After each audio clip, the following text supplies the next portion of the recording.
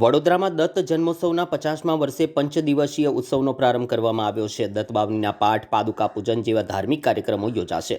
પ્રતાપનગર પાસે આવેલા એકમુખી દત્ત મંદિરે પ્રતિવર્ષે ઉજવાતા દત્ત જન્મોત્સવના આ વર્ષે 50 વર્ષ થઈ રહ્યા છે। એ નિમિત્તે પંચદિવસીય ઉત્સવનો રવિવારથી પ્રારંભ કરવામાં આવ્યો હતો।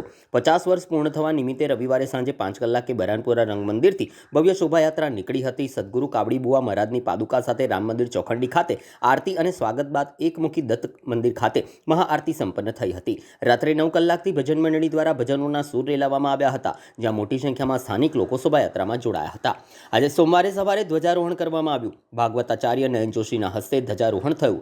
સાંજે 6 કલાકે નારેશ્વરના ટ્રસ્ટી યોગેશ વ્યાસ દ્વારા મંગળદીપ પ્રગટાવી આશીર્વાદ આપવામાં આવ્યા હતા। તેમજ રાત્રે રંગ અવધૂત ભજન મંડળ બરાનપુરા અનિલ જાદવ દ્વારા ભજન કરવામાં આવશે।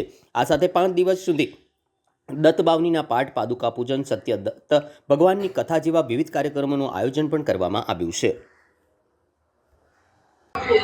આજરોજ રંગ અવધૂત મહારાજ મંદિર શિવાજી ચોક ખાતે જે દત્ત ભગવાન બાવરી કુવાની એકમુખી દત્ત ભગવાનનું મંદિર જે છે, જે દત્તનગર ખાતે આવેલું છે, પ્રતાપનગર દત્તનગર ખાતે આવેલું છે, એમની 50મા ભંડારાનું આયોજનના વર્ષના ભાગરૂપે આજે એમની પ્રથમ વખત શોભાયાત્રા શિવાજી ચોક ખાતે નીકળનારી છે, જેમાં સૌ ભક્તો હર ઉલ્લાસથી જોડાયા છે।